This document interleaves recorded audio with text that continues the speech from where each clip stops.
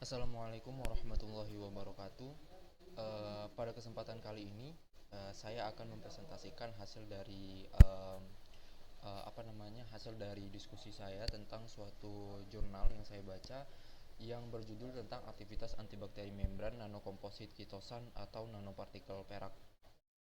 Jadi nanti akan saya kasih referensi yang menunjukkan tentang judul tersebut. Jadi ini adalah jurnal yang saya baca tentang suatu membran ya yang akan saya yang akan saya sampaikan pada hari ini.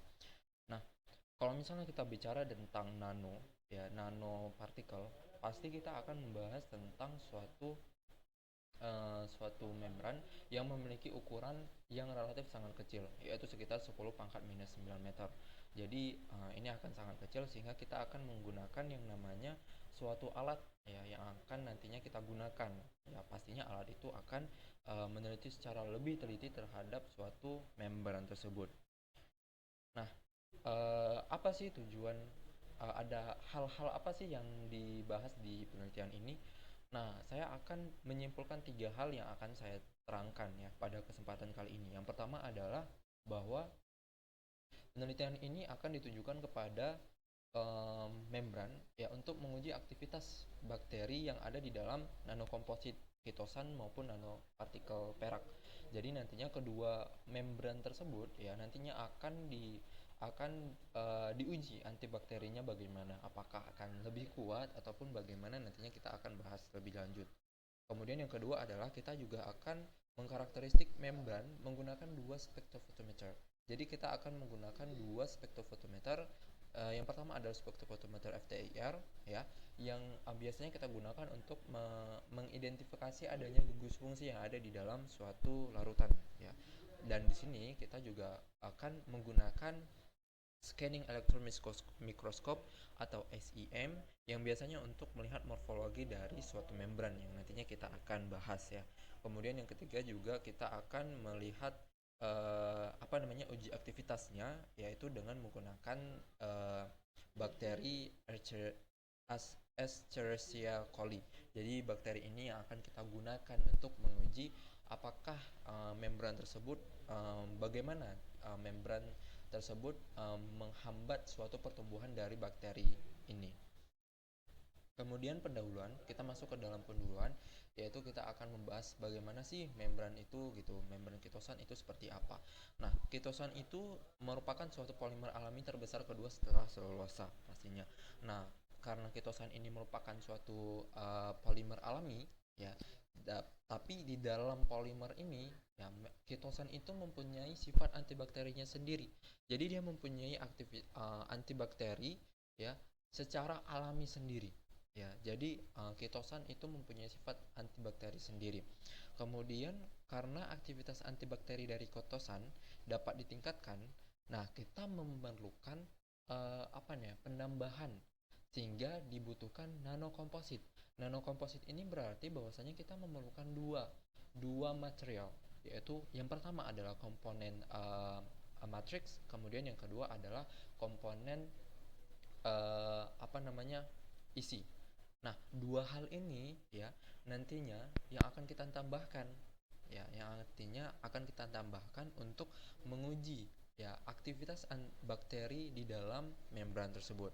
Kemudian kita juga akan melihat nanopartikel perak bagaimana bagaimana nanopartikel perak itu berinteraksi dengan bakteri itu sendiri.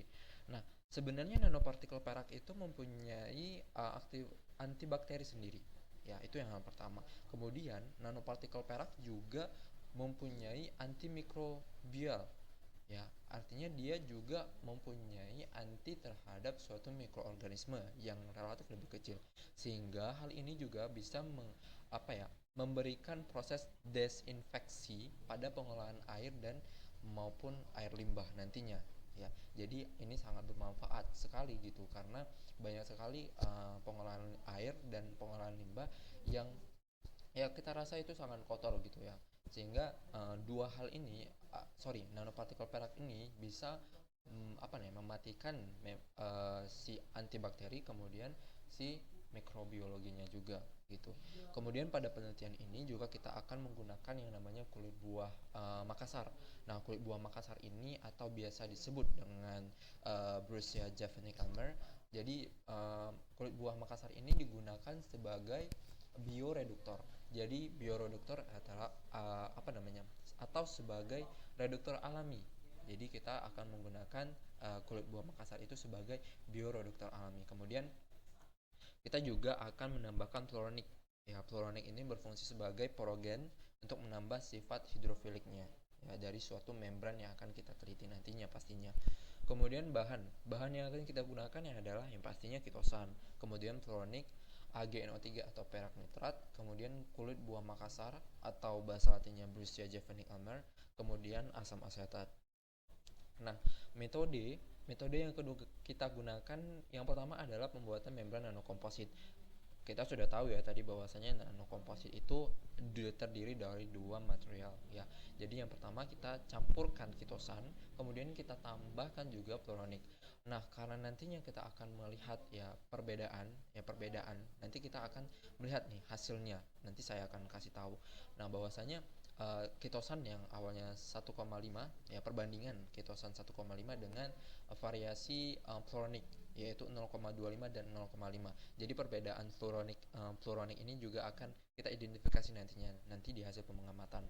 Kemudian dua hal ini akan dicampurkan kemudian dilarutkan di dalam larutan asetat 1%.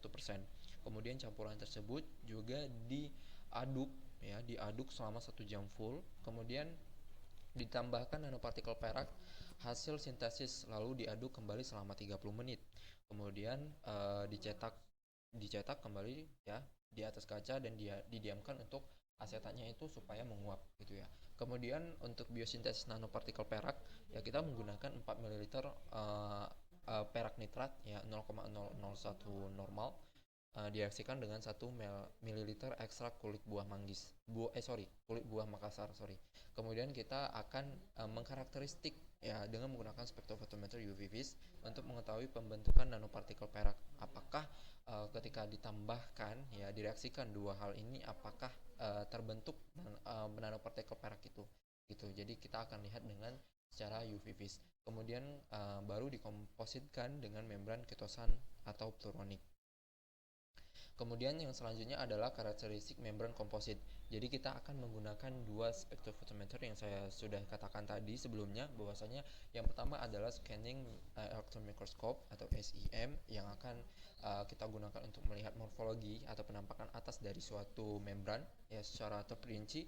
Kemudian kita juga akan menggunakan spektrofotometer FTIR atau kita menggunakan spektrofotometer FTIR untuk melihat gugus fungsi yang ada di dalam suatu membran itu. Kemudian kita akan menguji aktivitas antibakteri tentunya dengan menggunakan bakteri Escherichia coli.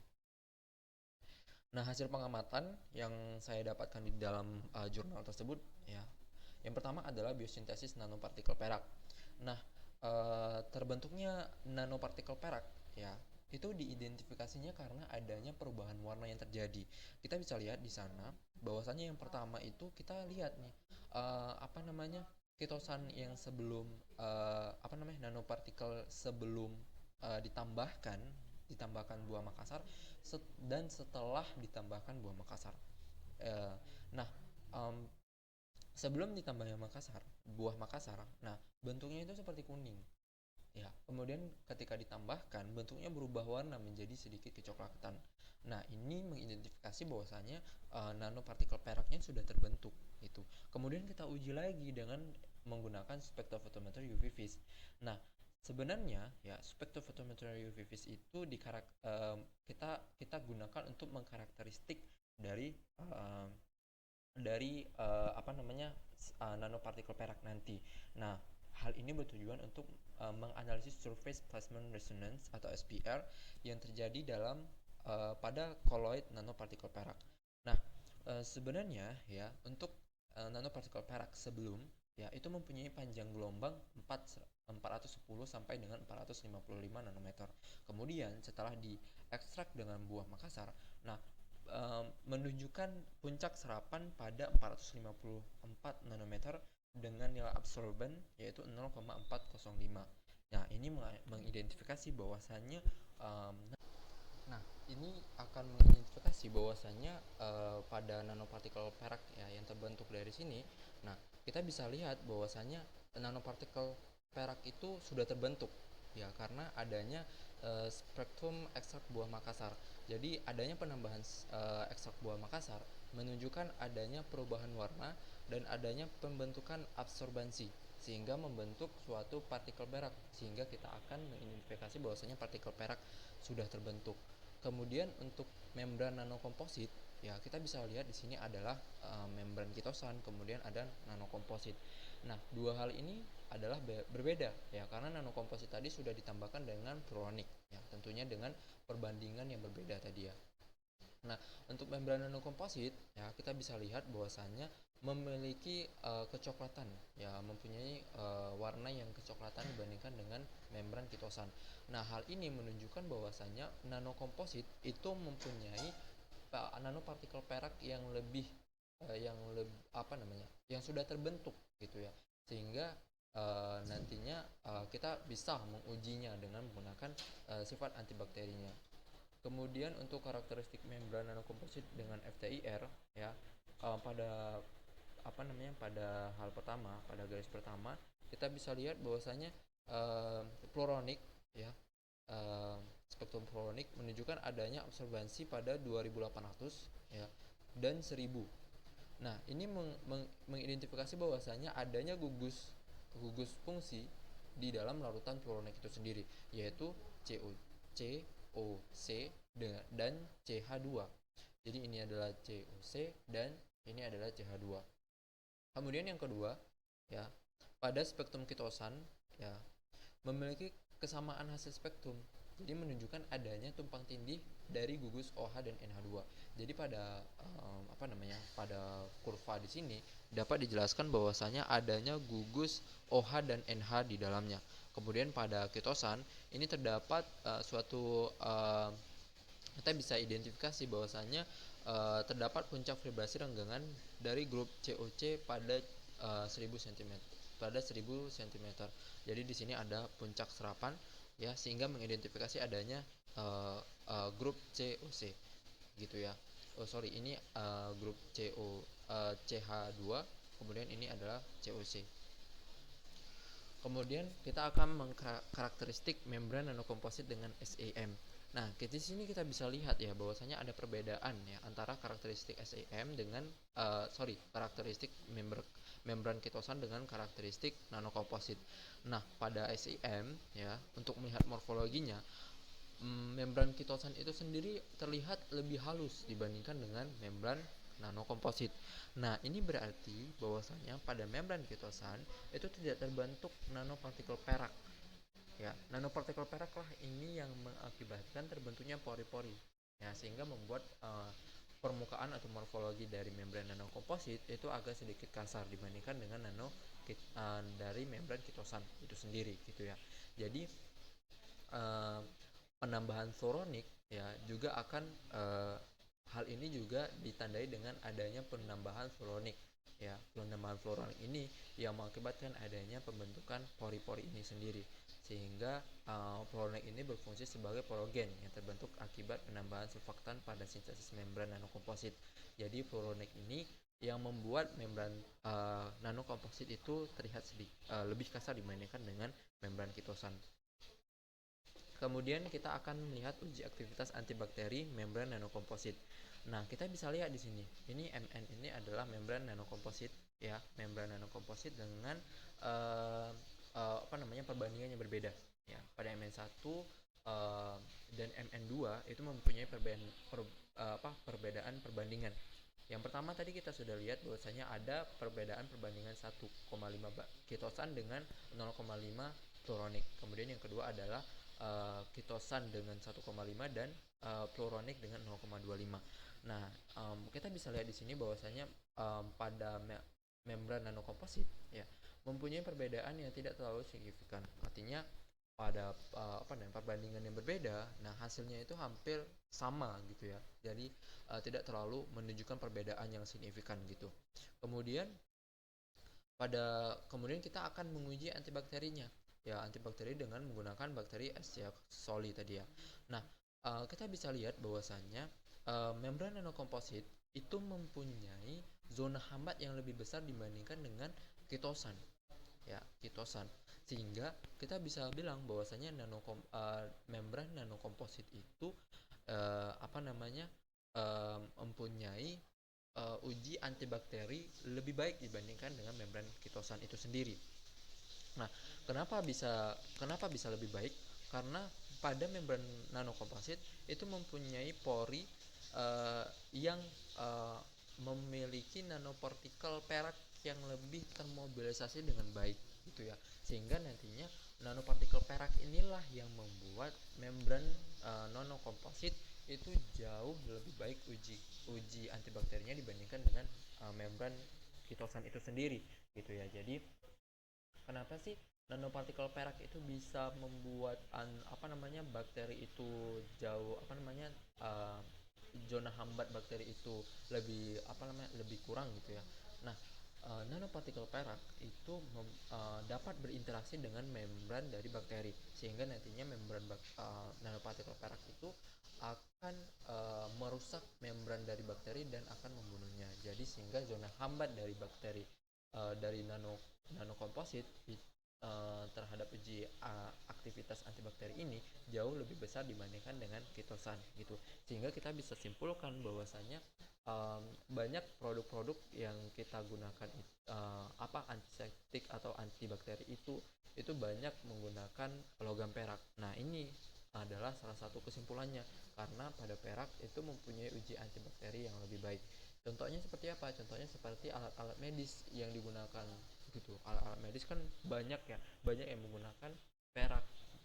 Rupanya alasannya itu karena memiliki antibakteri yang lebih besar ataupun lebih bagus dibandingkan dengan logam-logam yang lainnya. Nah, ini bisa kita kaitkan dengan kehidupan sehari-hari gitu ya. Kemudian ini adalah referensi, jadi teman-teman kalau misalnya ada yang kurang ya bisa baca-baca tentang aktivitas antibakteri membran nanokomposit ini di jurnal yang sudah saya tertera di sini. Jadi bisa teman-teman baca untuk sebagai pelengkap gitu ya. Mungkin ada beberapa yang mungkin kurang ataupun penyampaiannya kurang kurang masuk gitu ya. Jadi bisa di baca-baca lagi.